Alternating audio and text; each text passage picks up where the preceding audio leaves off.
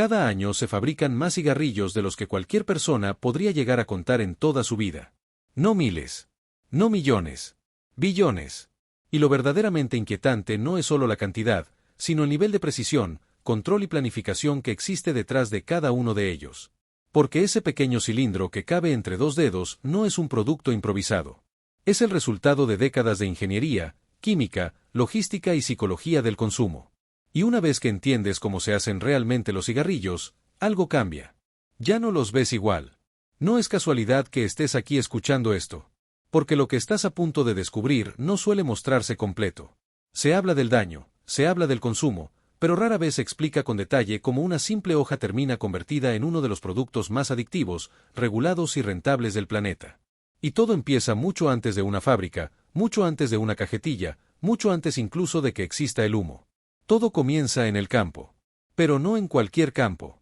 El tabaco es una de las plantas más exigentes que se cultivan de forma industrial. No crece donde quiere, crece donde puede. Necesita climas cálidos, humedad constante, suelos ricos en nutrientes y muchas horas de sol directo. Por eso la producción mundial se concentra en unos pocos países que dominan este cultivo como si fuera una ciencia exacta. China, Brasil, India, Estados Unidos y algunas regiones específicas más. Aquí no hay azar. Cada hectárea está calculada, cada temporada está planificada y cada planta es monitoreada. Y aunque parezca contradictorio, en una industria multimillonaria, el primer paso sigue siendo casi artesanal. Durante semanas, técnicos agrícolas recorren las plantaciones revisando altura, color, textura y ritmo de crecimiento. El tabaco no puede crecer ni demasiado rápido ni demasiado lento. Un exceso de agua, una falta de sol o un cambio brusco de temperatura puede alterar el contenido de nicotina de la hoja. Y eso, en esta industria, es inaceptable. Cuando la planta alcanza su punto exacto de maduración, comienza la cosecha. Y aquí ocurre algo que muchos no imaginan. A pesar de toda la tecnología que vendrá después, la recolección sigue siendo en gran parte manual. Cientos de trabajadores cortan las hojas una por una. No se arrancan todas al mismo tiempo. Se empieza por las hojas inferiores y se avanza progresivamente hacia la parte superior de la planta conforme madura. ¿Por qué? Porque cada nivel de la planta produce hojas con características distintas. Cambia el sabor, cambia la intensidad, cambia la nicotina. Cada hoja se clasifica en el mismo campo. No se mezclan. Se colocan cuidadosamente en cajas ventiladas diseñadas para evitar aplastamientos y acumulación de humedad. Porque en este punto, el tabaco todavía no es tabaco. Es solo una hoja verde, húmeda, amarga y completamente imposible de fumar. Y aquí comienza una de las fases más silenciosas y decisivas de todo el proceso, el curado. Las hojas recién cosechadas se trasladan a grandes estructuras llamadas casas de curado. Son enormes, pero sorprendentemente simples. No están llenas de maquinaria ruidosa. Su función es permitir que el tiempo haga su trabajo bajo condiciones controladas. Las hojas se cuelgan una a una en largas filas perfectamente ordenadas, dejando el espacio exacto para que el aire circule de manera uniforme. Durante semanas, ocurre una transformación completa. La hoja pierde su color verde, pasa por tonos amarillos y finalmente adopta ese marrón característico que todos reconocemos. Pero no es solo un cambio visual. Durante el curado desaparece la clorofila, se desarrollan los azúcares naturales y la hoja se vuelve flexible, resistente y estable. Si este proceso se acelera, el tabaco queda áspero. Si se alarga demasiado, pierde sabor. Por eso se controla temperatura, humedad y ventilación con precisión casi obsesiva. Cuando el curado termina, las hojas ya no están vivas. Pero aún no están listas para convertirse en cigarrillos. El siguiente paso es uno de los menos conocidos por el público general, la fermentación.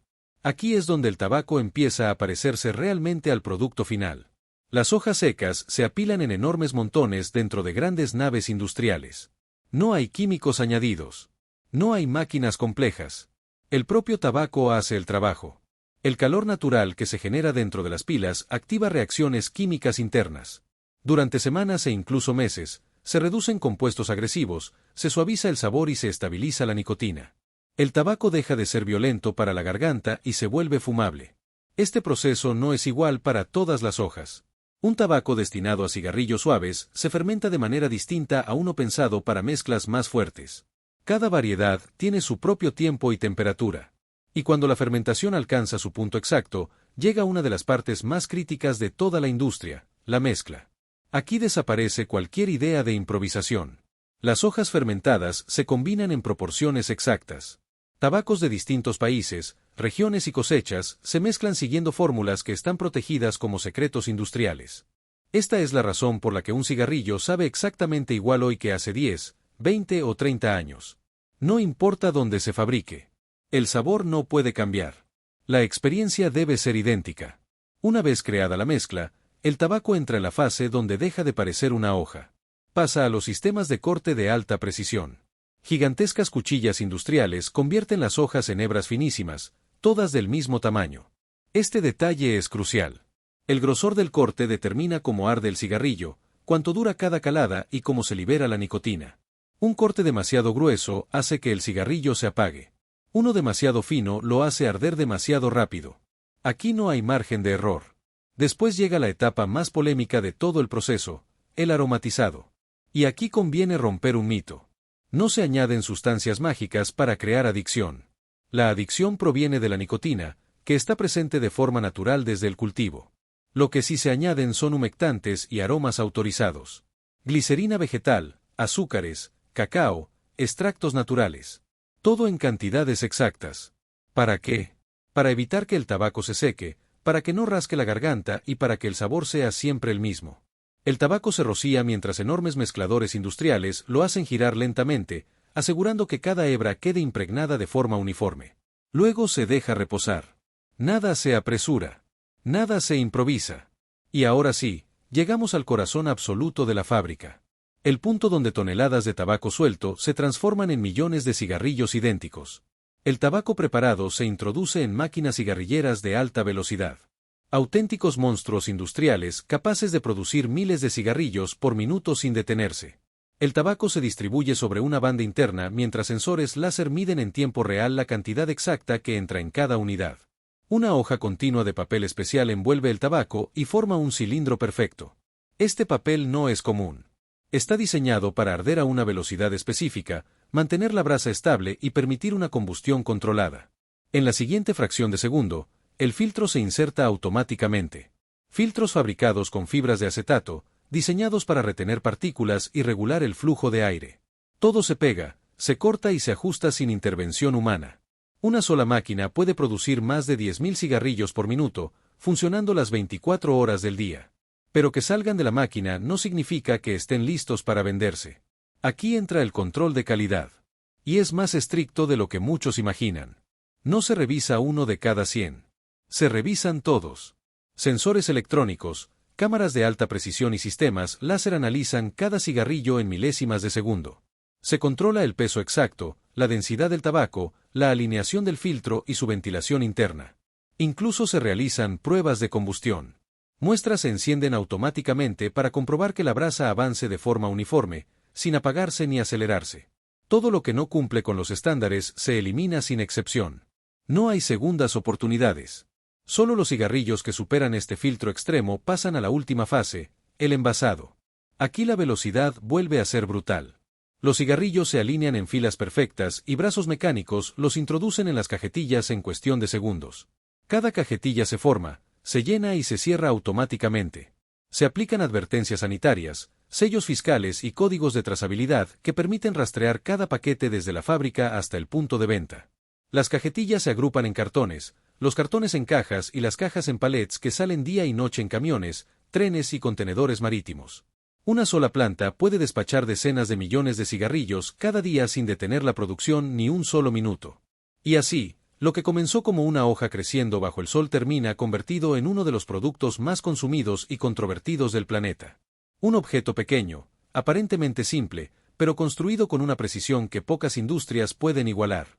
La pregunta ya no es cómo se hacen los cigarrillos. Eso ahora lo sabes. La pregunta real es otra. Después de conocer todo lo que hay detrás, ¿siguen siendo solo un cigarro más? Cada año se producen más de 200 millones de toneladas de leche en el mundo, y una parte silenciosa de ese volumen termina convertida en uno de los suplementos más consumidos del planeta, la proteína de suero. Todos los días, millones de personas mezclan una cucharada de polvo blanco en agua sin imaginar que detrás de ese gesto simple existe una cadena industrial que opera 24 horas al día transformando miles de litros de leche en más de 10.000 botes diarios listos para distribución global. Pero la proteína whey no nace en una fábrica de suplementos ni en un laboratorio brillante lleno de máquinas futuristas. Nace en una granja. Y todo comienza con una vaca diseñada para producir a gran escala. En las granjas lecheras modernas, la eficiencia no es opcional, es el corazón del sistema productivo, y cada animal es monitoreado mediante sensores que registran alimentación, salud, producción diaria y calidad del ordeño en tiempo real. Una vaca lechera industrial puede producir alrededor de 30 litros de leche por día, y en explotaciones masivas hablamos de cientos o miles de animales conectados a sistemas automáticos que permiten ordeños simultáneos con precisión sanitaria absoluta. El ordeño se realiza mediante brazos mecánicos que sellan cada pezón en un circuito cerrado de acero inoxidable, evitando el contacto externo y enviando la leche directamente hacia tuberías refrigeradas que activan de inmediato la cadena de frío. Desde el segundo en que la leche abandona la ubre, la temperatura comienza a descender hasta alcanzar aproximadamente 4 grados Celsius dentro de enormes tanques de almacenamiento diseñados para evitar crecimiento bacteriano y preservar estabilidad química. La leche no puede detenerse. Cada día, camiones cisterna refrigerados llegan a las granjas para recoger miles de litros y transportarlos hacia plantas de procesamiento lácteo ubicadas estratégicamente cerca de centros industriales. El transporte es rápido, controlado y monitoreado por GPS, porque cualquier variación térmica podría alterar la calidad final del producto que eventualmente terminará en forma de proteína en polvo. Pero antes de convertirse en suplemento, la leche tiene otro destino. La fábrica de queso. Cuando los camiones llegan a la planta quesera, la leche es descargada en áreas de recepción donde se realizan análisis microbiológicos y pruebas químicas que verifican grasa, proteína total, acidez y posibles contaminantes. Si los estándares no se cumplen, la leche no continúa. Pero cuando todo está dentro de parámetros, comienza la primera gran transformación industrial. La leche es bombeada hacia sistemas de pasteurización donde se calienta alrededor de 60 grados Celsius durante aproximadamente 30 minutos para eliminar bacterias potencialmente dañinas sin comprometer el perfil nutricional. Después del calentamiento controlado, la leche se enfría rápidamente hasta volver a los 4 grados, estabilizando la materia prima y preparándola para la etapa crítica de separación. Aquí ocurre el momento que cambia todo. En enormes tanques de coagulación se añade cuajo, una enzima que provoca que la leche se divida en dos fracciones completamente distintas. Una fracción sólida llamada cuajada. Y una fracción líquida llamada suero. La cuajada se convertirá en queso. El suero, durante siglos, fue considerado un residuo incómodo que representaba un problema ambiental por su alta carga orgánica y dificultad de eliminación. Pero ese líquido aparentemente simple contiene proteínas solubles de altísimo valor biológico. El suero representa aproximadamente el 19% de la proteína total presente en la leche original, y en él se encuentran compuestos como beta-lactoglobulina, alfa-lactoalbúmina e inmunoglobulinas que hoy son altamente demandados en nutrición deportiva. Durante miles de años el suero fue descartado. Hoy es oro blanco industrial. Una vez separado de la cuajada mediante procesos físicos de drenaje y filtración inicial, el suero líquido es canalizado hacia una línea independiente dentro de la planta donde comienza su propia cadena de procesamiento. Este líquido todavía contiene grandes cantidades de agua, además de pequeñas fracciones de grasa, lactosa y minerales que deben ser controladas si se quiere obtener una proteína pura y comercialmente viable. Aquí entran en acción sistemas avanzados de microfiltración y ultrafiltración de flujo cruzado que funcionan mediante membranas microscópicas capaces de separar moléculas según su tamaño molecular. El suero es impulsado a presión contra estas membranas, permitiendo que el agua y moléculas pequeñas atraviesen la superficie mientras las proteínas quedan retenidas y concentradas progresivamente en el circuito principal. Este proceso ocurre a temperaturas relativamente bajas para evitar desnaturalización, ya que el calor excesivo podría alterar la estructura tridimensional de las proteínas y reducir su calidad funcional. A medida que el suero circula repetidamente por estos módulos de filtración industrial, la concentración proteica aumenta mientras el volumen de agua disminuye de manera controlada. El líquido comienza a transformarse. Se vuelve más espeso, más denso, más rico en proteína. Dependiendo del estándar de producción, el concentrado puede alcanzar niveles del 70% al 80% de proteína en base seca, marcando la diferencia entre un concentrado convencional y productos de mayor pureza. Pero aún no es polvo. Aún es un concentrado líquido. Y para convertirlo en ese polvo fino que cabe dentro de un bote plástico, falta una de las etapas más espectaculares del proceso industrial. La evaporación. El concentrado líquido es introducido en evaporadores industriales de múltiples efectos donde se reduce progresivamente el contenido de agua mediante presión controlada y temperaturas optimizadas para preservar la integridad proteica. El agua comienza a transformarse en vapor. Las proteínas permanecen. El volumen disminuye. La concentración aumenta. Pero incluso después de la evaporación, el producto sigue siendo un líquido espeso que necesita una transformación final para volverse estable, transportable y comercial. Esa transformación ocurre en torres gigantes de secado por atomización. En el interior de estas torres, el concentrado es pulverizado en microgotas mediante boquillas de alta presión que lo dispersan dentro de una corriente de aire caliente cuidadosamente calibrada. Cada gota pierde humedad casi instantáneamente. El agua se evapora. La proteína cae. Lo que llega al fondo de la torre ya no es líquido. Es polvo. Un polvo fino, homogéneo y con humedad mínima que puede almacenarse durante largos periodos sin perder calidad nutricional. Después del secado, el polvo pasa por tamices industriales que eliminan partículas irregulares y garantizan uniformidad granulométrica antes de ser enviado a silos temporales de almacenamiento. Aquí termina la primera mitad del viaje. Pero aún falta convertir ese polvo industrial neutro en los miles de botes saborizados que llenan almacenes en todo el mundo. Y eso ocurre en otra fábrica. La fábrica de suplementos. El polvo de suero que acaba de salir de las torres de secado por atomización no está listo todavía para llegar al consumidor final, porque aunque ya tiene la concentración proteica adecuada y una humedad mínima que le permite estabilidad, aún carece de sabor, textura optimizada y presentación comercial. Este polvo neutro es transportado en sistemas cerrados hacia silos industriales gigantes donde puede almacenarse temporalmente mientras se coordina su envío hacia la planta especializada en suplementos nutricionales que operará la siguiente fase del proceso productivo. Camiones de carga sellados, equipados con sistemas de protección contra humedad y variaciones térmicas, trasladan toneladas de proteína base diariamente hacia complejos industriales que funcionan las 24 horas del día bajo protocolos de calidad extremadamente estrictos. Al llegar a la fábrica de suplementos, los sacos industriales de proteína concentrada son descargados en un almacén automatizado donde montacargas eléctricos organizan los pallets siguiendo sistemas digitales de trazabilidad que registran lote, origen, fecha de producción y especificaciones técnicas.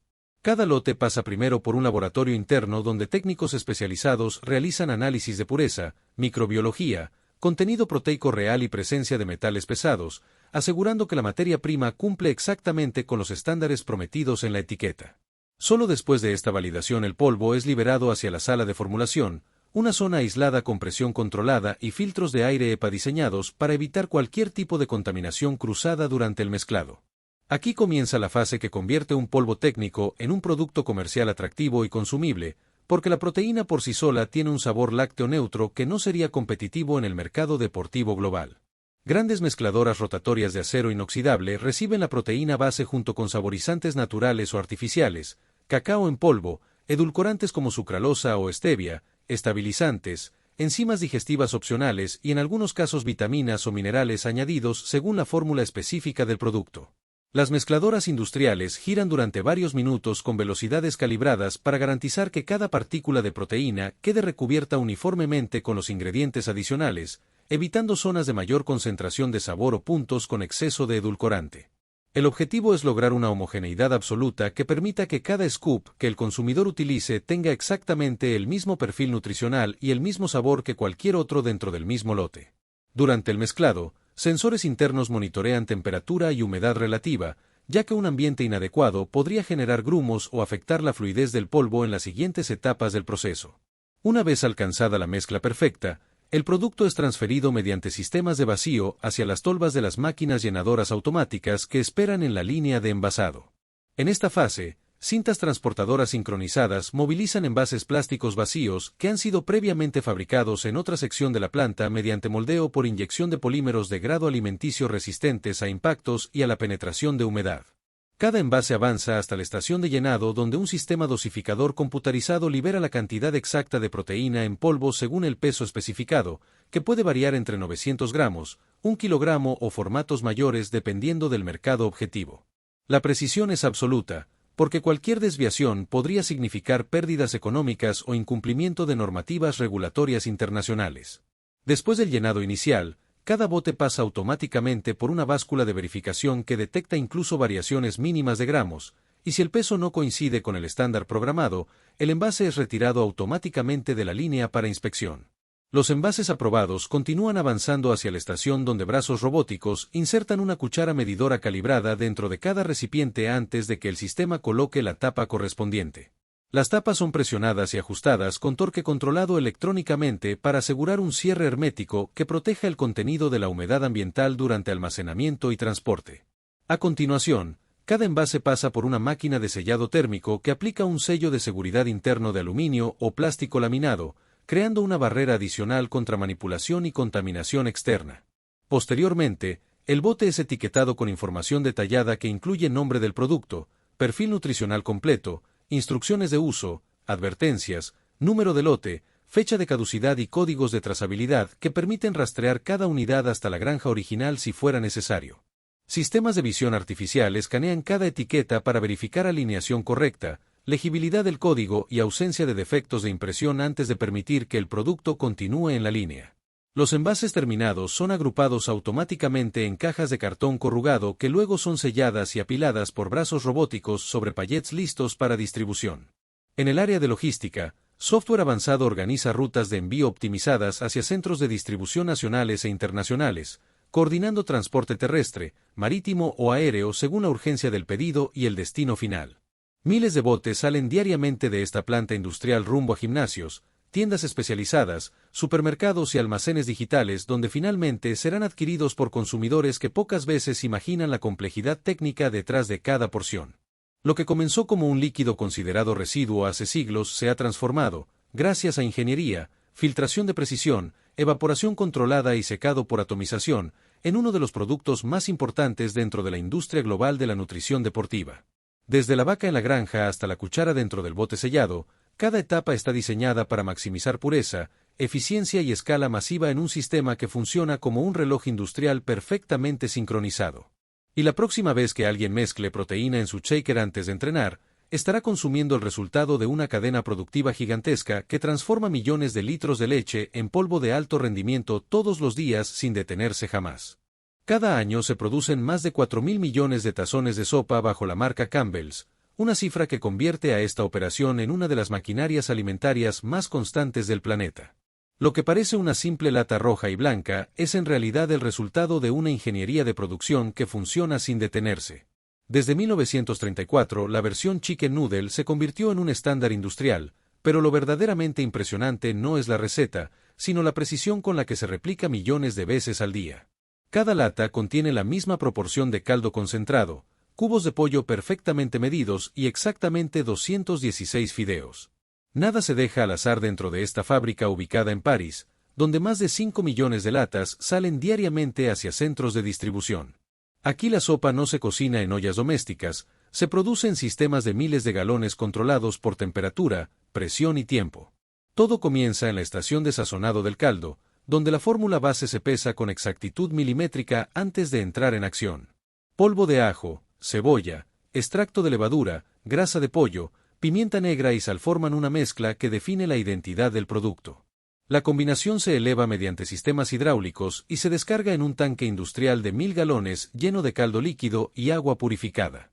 En ese momento la producción deja de ser ingrediente y se convierte en proceso térmico controlado.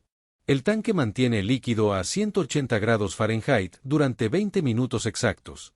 El objetivo no es solo cocinar, sino evaporar parte del agua para concentrar sabor y reducir volumen.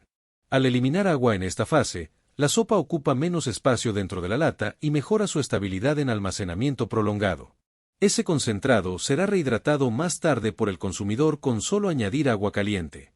Mientras el caldo reduce y se espesa, en otra zona de la planta se prepara el componente proteico. El pollo utilizado es carne de pechuga procesada y transformada en cubos de tamaño uniforme. Las pechugas pasan por una máquina de corte con rejilla metálica que presiona la carne mientras cuchillas giratorias realizan el troceado. El resultado son pequeños cubos perfectamente geométricos diseñados para cocción homogénea. Después del corte, el pollo se precocina y se deshidrata parcialmente para prolongar su vida útil antes del enlatado. Esta reducción de humedad permite que resista almacenamiento y transporte sin comprometer textura final. Una vez estabilizados, los cubos se someten a congelación rápida y se almacenan en contenedores de más de 12.000 libras. Montacargas industriales los trasladan hasta la zona de dosificación cuando llega el momento de integrarlos a la línea. En paralelo, el sistema de fideos entra en funcionamiento conectado a un silo exterior de harina. Tubos neumáticos impulsan lotes de 700 libras directamente hacia mezcladoras industriales internas. La harina se combina con agua, sólidos de huevo y condimentos secretos en un ciclo de mezclado de 30 minutos.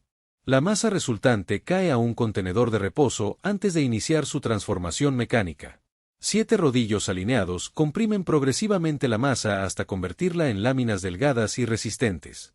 El proceso escalonado evita rupturas y garantiza una textura firme después de la esterilización final. Al final del recorrido, la lámina se corta en tiras y luego en piezas pequeñas diseñadas específicamente para el tamaño de la lata.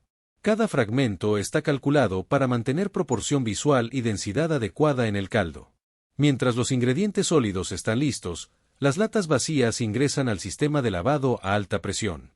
El enjuague elimina cualquier partícula microscópica antes de que el envase toque alimento. Limpias y alineadas, las latas avanzan hacia la estación de llenado a una velocidad superior a 500 unidades por minuto. Aquí comienza la sincronización exacta entre fideos, pollo y caldo concentrado. Primero caen los fideos, y la máquina está calibrada para liberar exactamente 216 piezas en cada envase.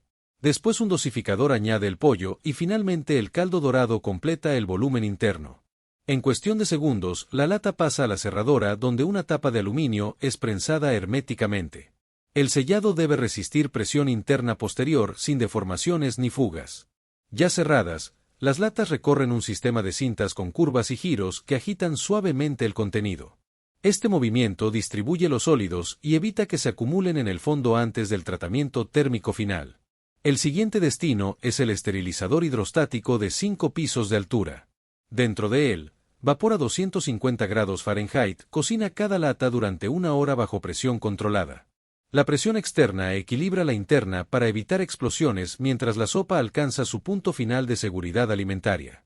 Cuando salen del sistema, las latas están completamente cocidas y listas para enfriamiento. Después del enfriado parcial, un etiquetador de alta velocidad coloca más de 1400 etiquetas por minuto. El rojo y blanco clásico envuelve cada lata antes de pasar a empaquetado y paletizado. Finalmente, los paquetes se almacenan en enormes bodegas logísticas antes de su distribución nacional e internacional. Pero antes de salir al mercado, lotes aleatorios son enviados a paneles de degustación internos. Allí expertos prueban textura, aroma, color y sabor para confirmar que cada producción mantiene el estándar histórico. Solo después de superar esa evaluación la sopa recibe autorización para ocupar estantes en millones de hogares. Cuando las latas abandonan el esterilizador hidrostático, no solo están cocidas, están completamente estabilizadas para sobrevivir meses e incluso años en almacenamiento sin perder seguridad ni estructura interna. Ese equilibrio entre temperatura extrema y presión externa controlada es lo que permite que la sopa permanezca sellada sin deformaciones ni riesgos microbiológicos. El sistema hidrostático funciona como una torre vertical de 5 pisos donde las latas descienden y ascienden lentamente mientras el vapor penetra cada milímetro del envase. Durante 1 hora exacta, el calor a 250 grados Fahrenheit elimina cualquier posible microorganismo, garantizando esterilidad comercial. Pero la precisión no termina ahí, porque una variación mínima en temperatura podría afectar textura de fideos o jugosidad del pollo. Sensores digitales monitorean continuamente presión, vapor y tiempo para mantener una curva térmica perfectamente calibrada. Una vez completado el ciclo, las latas pasan por un enfriamiento gradual diseñado para evitar choques térmicos que comprometan el sellado. El descenso de temperatura es tan calculado como el calentamiento previo, manteniendo estabilidad estructural del metal. A medida que avanzan por la cinta transportadora de salida, cada envase es inspeccionado visualmente por sistemas automatizados. Cámaras de alta velocidad detectan deformaciones, tapas mal cerradas o variaciones de altura en fracciones de segundo. Las latas que no cumplen especificaciones son desviadas automáticamente fuera de la línea sin detener la producción. La meta no es producir mucho, sino producir mucho con consistencia absoluta. Luego comienza la fase de etiquetado, donde máquinas rotativas aplican más de 1400 etiquetas por minuto con alineación milimétrica. El icónico diseño rojo y blanco no solo es marketing, es identidad visual reconocible a varios metros de distancia. Cada etiqueta debe coincidir perfectamente con la costura lateral para mantener uniformidad estética en el estante. Una desviación mínima podría alterar percepción de calidad ante el consumidor final. Después del etiquetado, las latas se agrupan en paquetes mediante envoltura retráctil que las mantiene compactas durante transporte. Brazos robóticos apilan las unidades sobre pallets siguiendo patrones geométricos optimizados para maximizar espacio. En el almacén, filas interminables de pallets forman corredores industriales que parecen no tener fin. Aquí se coordinan envíos diarios que abastecen supermercados, tiendas de conveniencia y centros logísticos regionales. Sin embargo, antes de salir oficialmente al mercado, cada jornada incluye una evaluación sensorial obligatoria. Lotes seleccionados al azar son abiertos y servidos a paneles de catadores entrenados. Estos especialistas analizan apariencia del caldo, distribución de sólidos, firmeza del fideo y jugosidad del pollo. También evalúan aroma, balance salino y profundidad del sabor concentrado. Si algún parámetro se desvía del estándar histórico, la producción puede ajustarse inmediatamente. Pequeñas variaciones en evaporación, molienda o proporciones se corrigen antes del siguiente turno. Esta retroalimentación constante mantiene coherencia entre lotes producidos en diferentes días o incluso semanas. La meta es que una lata abierta hoy sea indistinguible de una abierta dentro de 6 meses. En total, más de 5 millones de latas pueden salir diariamente de una sola planta. Multiplicado por múltiples instalaciones, el volumen anual supera los miles de millones de porciones. Lo que comenzó como una receta casera adaptada a la conservación se transformó en una operación de ingeniería alimentaria global. Cada componente, desde el grano de harina hasta la última gota de caldo, pasa por controles medidos en gramos y segundos. Incluso el número de fideos por lata, esos 216 exactos, responde a calibraciones constantes de peso y volumen. El sistema de dosificación ajusta automáticamente variaciones para mantener densidad visual uniforme. La deshidratación parcial del pollo también es estratégica, porque reduce actividad de agua antes del enlatado. Eso mejora estabilidad y permite que el cubo recupere textura cuando absorbe caldo durante esterilización. La evaporación inicial del caldo cumple una doble función: intensificar sabor y optimizar logística de almacenamiento. Al concentrar antes de envasar, se reduce espacio y se facilita transporte masivo. Nada dentro de esta línea es improvisado. Cada movimiento responde a décadas de ajustes y perfeccionamiento. La maquinaria no solo cocina, coreografía millones de microdecisiones por minuto. El resultado final no es simplemente sopa enlatada, es un producto diseñado para replicarse sin desviaciones perceptibles. Un estándar industrial donde consistencia es sinónimo de confianza. Cuando una lata llega al hogar y se mezcla con agua caliente, el consumidor solo percibe confort inmediato. Pero detrás de esa experiencia hay miles de toneladas de ingredientes y sistemas trabajando con precisión quirúrgica. Y aunque la línea Chicken Noodle sea la insignia, el mismo modelo se aplica a variedades como tomate, cebolla francesa o mezclas robustas tipo Chunky. La infraestructura está preparada para alternar recetas sin comprometer velocidad ni control.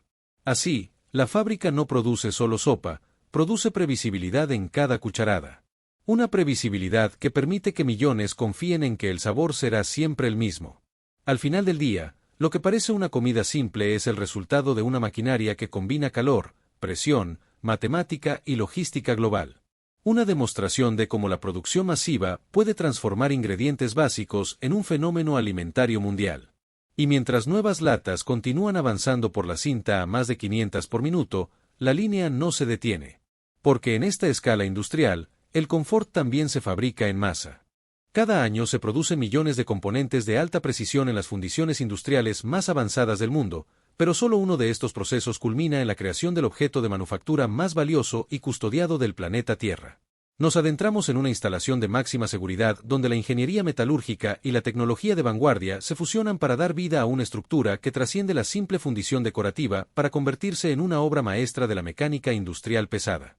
El trofeo de la Copa Mundial de la FIFA 2026 no es simplemente una estatuilla, es un desafío de ingeniería que requiere la manipulación de metales preciosos bajo estándares de tolerancia que normalmente se reservan para la industria aeroespacial o la microelectrónica de alta gama. Estamos ante una masa crítica de oro sólido de 18 quilates que alcanza un valor de mercado superior a los $20 millones, una cifra que impone una presión logística y técnica sin precedentes en cada segundo de su fabricación.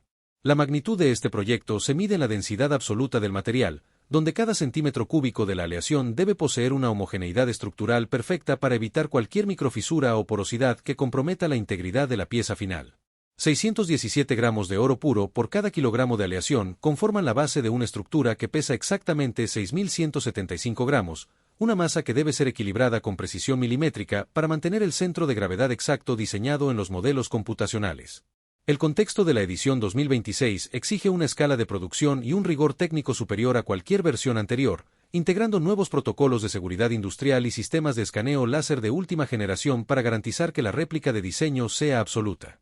No existe margen para el error humano en una operación donde el coste de la materia prima se cuenta por decenas de millones y donde la pérdida de una sola micra de material durante el proceso de pulido representa una desviación inaceptable en los estándares de calidad global.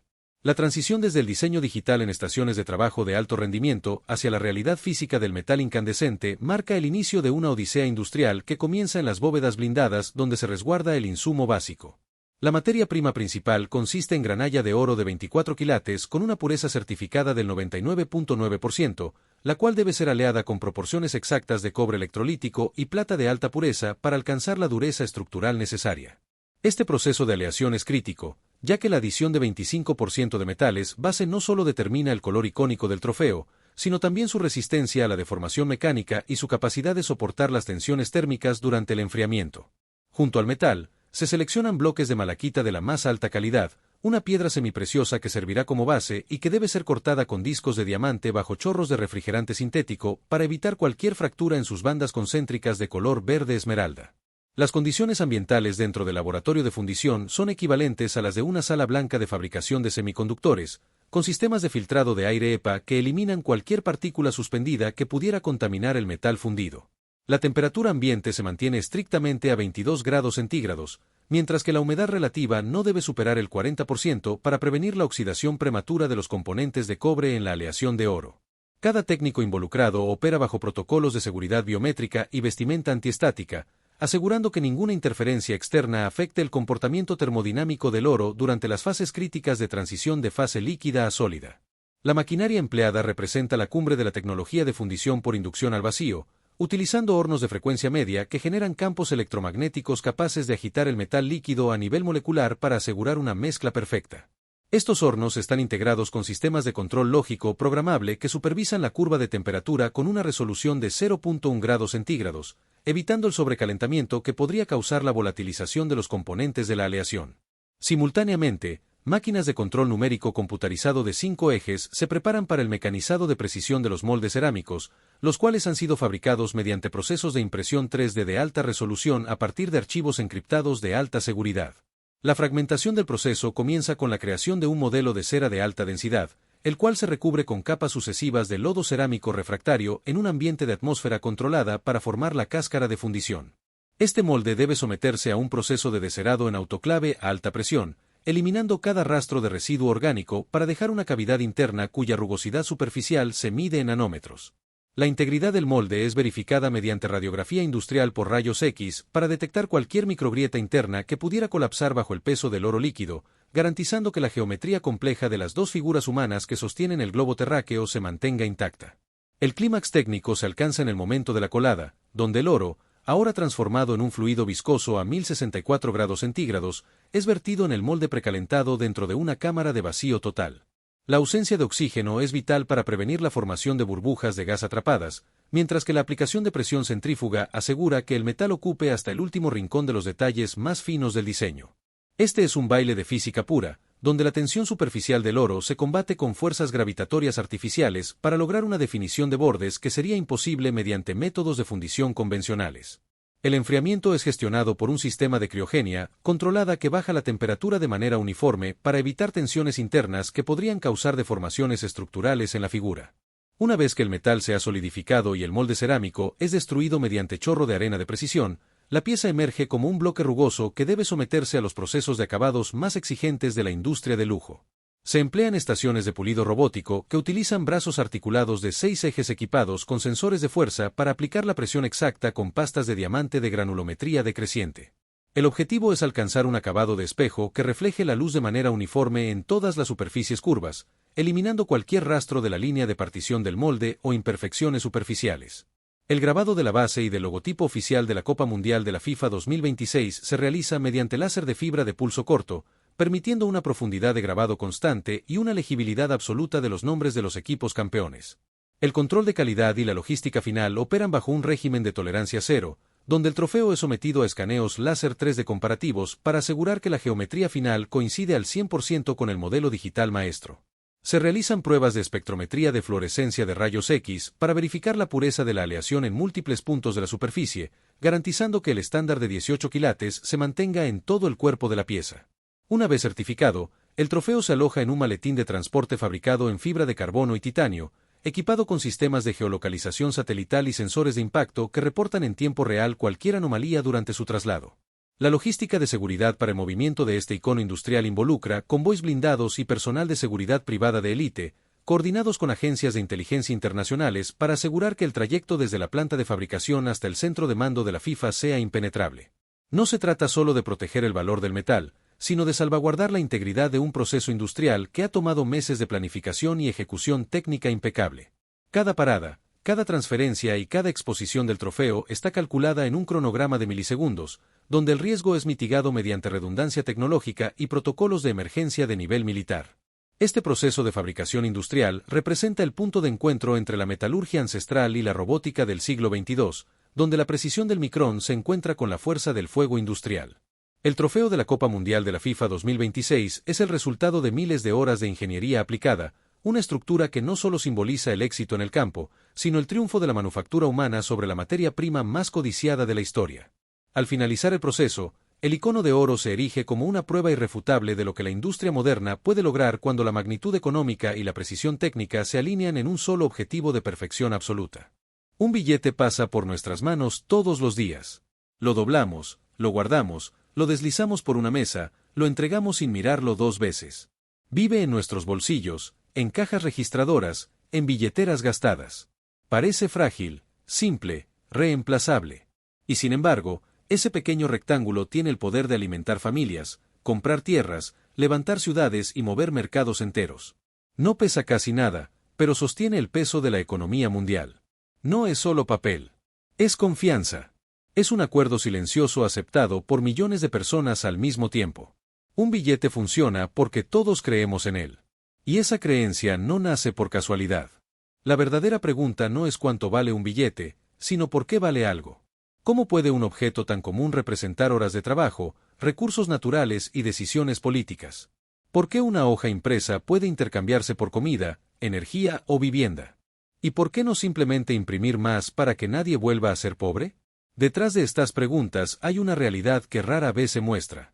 El dinero físico no es improvisación. Es uno de los productos industriales más complejos jamás creados. Cada billete es el resultado de agricultura especializada, química avanzada, ingeniería mecánica, diseño de seguridad y control estatal absoluto. Nada queda al azar. Nada es accidental. Para los gobiernos, el dinero no es solo un medio de pago. Es una infraestructura crítica. Un fallo en su fabricación puede provocar inflación, falsificación masiva o pérdida de confianza nacional. Por eso, cada billete que llega a tus manos ha pasado por un proceso más riguroso que muchos componentes aeroespaciales. Antes de circular, fue analizado, probado, descartado o aprobado bajo estándares extremos. La mayoría de las personas jamás verá ese proceso. Pero hoy vamos a recorrerlo paso a paso, desde el origen más básico hasta el punto exacto donde el dinero entra en circulación. Porque entender cómo se hace un billete es entender cómo se sostiene una sociedad moderna. Todo comienza lejos de bancos, bóvedas y edificios gubernamentales. Comienza en el lugar más elemental, el campo. Antes de ser dinero, un billete es una planta. Y no cualquier planta. El papel moneda no se fabrica con papel común, ni con pulpa reciclada, ni con fibras baratas. Utiliza una fórmula exclusiva desarrollada para resistir años de uso intenso. En el caso del dólar estadounidense, la composición es precisa, 75% algodón y 25% lino. Esta mezcla no es casual. El algodón aporta flexibilidad y resistencia al doblado. El lino añade rigidez estructural y durabilidad. Juntos crean un material que puede sobrevivir miles de intercambios sin romperse ni degradarse. Pero no cualquier algodón sirve. Solo ciertas variedades cumplen los requisitos. Las fibras deben ser largas, uniformes y extremadamente puras. Por eso, El cultivo se concentra en regiones específicas del sur de Estados Unidos, donde el clima cálido y húmedo permite que el algodón crezca con las características exactas que exige la industria del papel moneda. Campos enteros se dedican a producir un algodón que jamás se convertirá en ropa ni en textiles. Su destino es mucho más específico: convertirse en dinero. La cosecha es altamente mecanizada, pero no agresiva. Las máquinas están calibradas para separar la fibra sin dañarla. Cada golpe excesivo, cada corte incorrecto, reduce la calidad. Después de la recolección, el algodón se compacta en enormes pacas que pueden pesar cientos de kilos. Pero aquí ocurre algo que sorprende a muchos: la mayoría de ese algodón nunca se convertirá en billetes. Solo una pequeña fracción supera los controles iniciales. El resto se descarta sin contemplaciones. En la industria del dinero, no existe el más o menos. O cumple el estándar absoluto, o no sirve. Las pacas seleccionadas se envían a plantas de procesamiento donde comienza una limpieza extrema. El algodón pasa por sistemas de aire a presión, vibración y filtrado que eliminan hojas, semillas, polvo y cualquier partícula extraña. La tolerancia es mínima. Una sola impureza microscópica puede comprometer la resistencia del papel final o interferir con los sistemas de seguridad. En este punto, el algodón ya no es un producto agrícola común. Se convierte en un material estratégico. Pero el algodón no trabaja solo. El segundo componente clave es el lino. Un cultivo mucho menos conocido, pero igual de importante. El lino utilizado para papel moneda proviene principalmente de Europa, donde existe una tradición agrícola centenaria dedicada a obtener fibras largas y fuertes. A diferencia de otros cultivos, el lino no se corta. Se arranca completo desde la raíz para conservar la máxima longitud de la fibra. Este detalle es crucial. Cuanto más larga la fibra, mayor la resistencia del papel final. Después de la cosecha, el lino se deja secar al sol durante semanas en un proceso llamado enriado. Durante este tiempo, la humedad, el aire y los microorganismos naturales separan las fibras del tallo. Es un proceso delicado que no puede acelerarse artificialmente sin comprometer la calidad. Si se interrumpe demasiado pronto, las fibras quedan rígidas e inmaduras. Si se prolonga demasiado, se debilitan. El punto exacto solo lo conocen agricultores con décadas de experiencia. Aquí no hay margen para la prisa. El dinero empieza con paciencia. Una vez que el algodón y el lino han sido procesados, seleccionados y aprobados, se envían a las fábricas de papel moneda. Y aquí comienza una nueva etapa. Una donde la agricultura se encuentra con la ingeniería pesada. Estas instalaciones no se parecen a una papelera común. Son complejos industriales altamente vigilados, con accesos restringidos, controles de identidad, cámaras, sensores y protocolos que recuerdan más a una base militar que a una fábrica. Dentro de estas plantas, las fibras se trituran y se mezclan en enormes tanques con agua caliente y vapor a alta presión. El objetivo es romperlas hasta obtener una pulpa homogénea, blanca y densa. En este punto, el material todavía no es papel. Es una masa sin forma, sin valor, sin identidad. Pero es aquí donde comienza a transformarse en dinero. Durante esta fase se incorporan los primeros elementos de seguridad. Fibras de colores visibles e invisibles, hilos microscópicos, marcadores químicos y compuestos que reaccionan a la luz ultravioleta. Todo se integra directamente en la pulpa. No se añade después. Esto hace que el papel sea prácticamente imposible de replicar con métodos convencionales. Algunos lotes incluso incluyen marcadores únicos que permiten rastrear el origen exacto de cada hoja. El papel moneda no solo se fabrica. Se documenta. La pulpa se extiende sobre largas cintas transportadoras donde el exceso de agua se drena lentamente. Luego pasa por prensas industriales que compactan las fibras y comienzan a darle estructura. A medida que avanza, el material se seca y se transforma en grandes hojas continuas de papel ultra resistente. Durante este proceso se incrustan las marcas de agua, creadas mediante variaciones controladas de densidad en la pulpa. No son impresas. Son parte del papel mismo. También se integran los hilos de seguridad que atraviesan la hoja de lado a lado. Cada metro de papel es monitoreado en tiempo real. Sensores miden grosor, peso, opacidad y consistencia. Si algo se desvía del estándar, la línea se detiene y el material se destruye. No se reutiliza. No se corrige. Se elimina. El nivel de exigencia es tan alto que una parte significativa de la producción nunca llega a la siguiente etapa. En la fabricación del dinero, el desperdicio no es un error. Es una medida de seguridad. Este papel no se vende, no se exporta y no se encuentra en el mercado. Solo unas pocas empresas en el mundo tienen autorización para fabricarlo bajo contrato directo con los gobiernos. Sus instalaciones están blindadas, su personal es altamente seleccionado y cada movimiento queda registrado. Aquí, el papel ya no es solo materia prima. Es un activo nacional. Y aún así, todavía no es dinero. En este punto solo existe el soporte físico. Falta darle identidad, valor y rostro. Falta imprimir aquello que todos reconocemos. Pero eso ocurre en la siguiente etapa, donde el diseño, el grabado y la impresión convierten una hoja blanca en uno de los objetos más poderosos jamás creados. Una vez que el papel moneda ha sido fabricado y aprobado, todavía no es dinero. Es solo el cuerpo sin identidad. En este punto comienza una de las etapas más delicadas y estratégicas de todo el proceso, el diseño y el grabado. Aquí, el dinero deja de ser materia prima y se convierte en un sistema de seguridad visual. Nada de lo que aparece en un billete está ahí por estética o casualidad. Cada línea, cada sombra, cada figura geométrica y cada espacio vacío cumplen una función específica. El diseño de un billete no es arte libre, es ingeniería de defensa económica. Este trabajo se realiza en instalaciones gubernamentales altamente controladas, donde equipos reducidos de especialistas trabajan durante meses, a veces años, en una sola denominación. Son grabadores, diseñadores técnicos, ingenieros de seguridad y expertos en falsificación. Muchos de ellos llevan décadas en el oficio. Sus manos han creado los rostros que millones de personas ven todos los días sin saber quién los dibujó. Utilizan una técnica ancestral llamada grabado en acero, un método que sigue siendo insustituible incluso en la era digital. Aquí no hay atajos tecnológicos. Cada detalle se talla a mano sobre placas metálicas con herramientas microscópicas y una precisión absoluta. El grabado comienza con bocetos detallados que luego se transfieren al acero. A partir de ahí, el grabador trabaja milímetro a milímetro. Un solo rostro puede requerir semanas de trabajo. Cada línea del cabello, cada sombra en los pómulos, cada arruga se crea mediante surcos de profundidad controlada. La razón es simple, esos surcos serán los que retengan la tinta durante la impresión. Si la profundidad es incorrecta, el relieve final no será el adecuado. Y ese relieve es una de las principales barreras contra la falsificación. Una vez que el grabado maestro está terminado, se convierte en la referencia absoluta. Pero esa placa original no se usa para imprimir. Sería demasiado valiosa y se desgastaría rápidamente. En su lugar, se replica mediante procesos electroquímicos extremadamente precisos. A través de electrogalvanoplastia, se crean copias idénticas que conservan hasta el más mínimo detalle del original. Estas nuevas planchas se endurecen para soportar decenas de miles de ciclos de impresión sin perder definición. Cada copia es inspeccionada antes de entrar en producción. Si una sola línea no coincide, se descarta. Pero el retrato es solo una parte del sistema.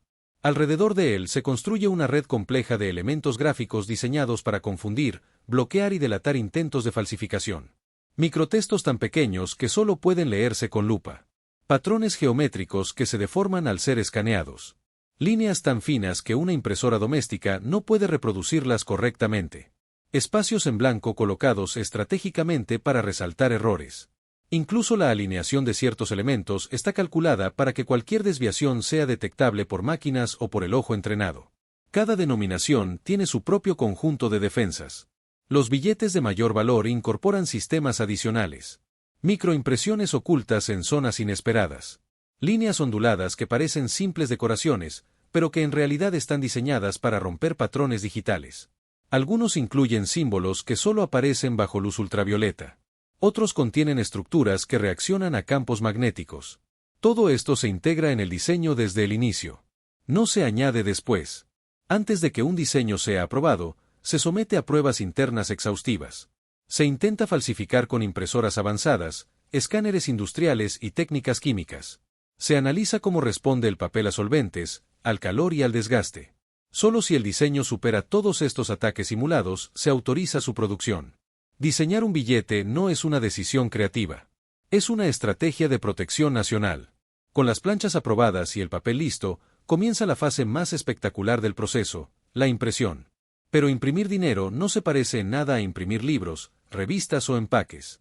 Aquí, cada milímetro cuenta. Cada color tiene un propósito. Cualquier error, por pequeño que sea, convierte una hoja completa en material para destrucción. La impresión se realiza en varias etapas, cada una con maquinaria especializada diseñada exclusivamente para este trabajo. La primera fase es la impresión offset, utilizada para aplicar los fondos del billete. Esos colores suaves, los patrones base, las tramas que llenan el espacio detrás de los retratos. Este método permite una distribución uniforme de la tinta sin crear relieve. Su función no es táctil, es visual. Crear una base precisa sobre la que se construirán las capas posteriores. Las hojas de papel pasan por enormes prensas que alinean cada color con una exactitud milimétrica. Un desfase mínimo es motivo suficiente para descartar la hoja completa. Pero la verdadera identidad del billete aparece en la siguiente etapa, la impresión en hueco grabado, también conocida como impresión intaglio. Aquí es donde el dinero cobra vida. Las planchas de acero grabadas se montan en prensas gigantescas que aplican entre 20 y 40 toneladas de presión sobre cada hoja. Bajo esa fuerza, la tinta es extraída de los surcos del metal y transferida al papel, quedando en relieve. Este relieve es inconfundible. Se siente con los dedos. Es áspero, firme, auténtico. Replicarlo sin la maquinaria adecuada es prácticamente imposible. Las tintas utilizadas en esta fase son fórmulas secretas desarrolladas específicamente para papel moneda. No son tintas comerciales. Contienen partículas magnéticas, pigmentos especiales y compuestos que reaccionan a distintos tipos de luz. En billetes de alta denominación se utiliza tinta ópticamente variable, capaz de cambiar de color cuando se inclina el billete. Este efecto no es un truco visual simple. Se logra mediante microestructuras metálicas que reflejan la luz de manera controlada.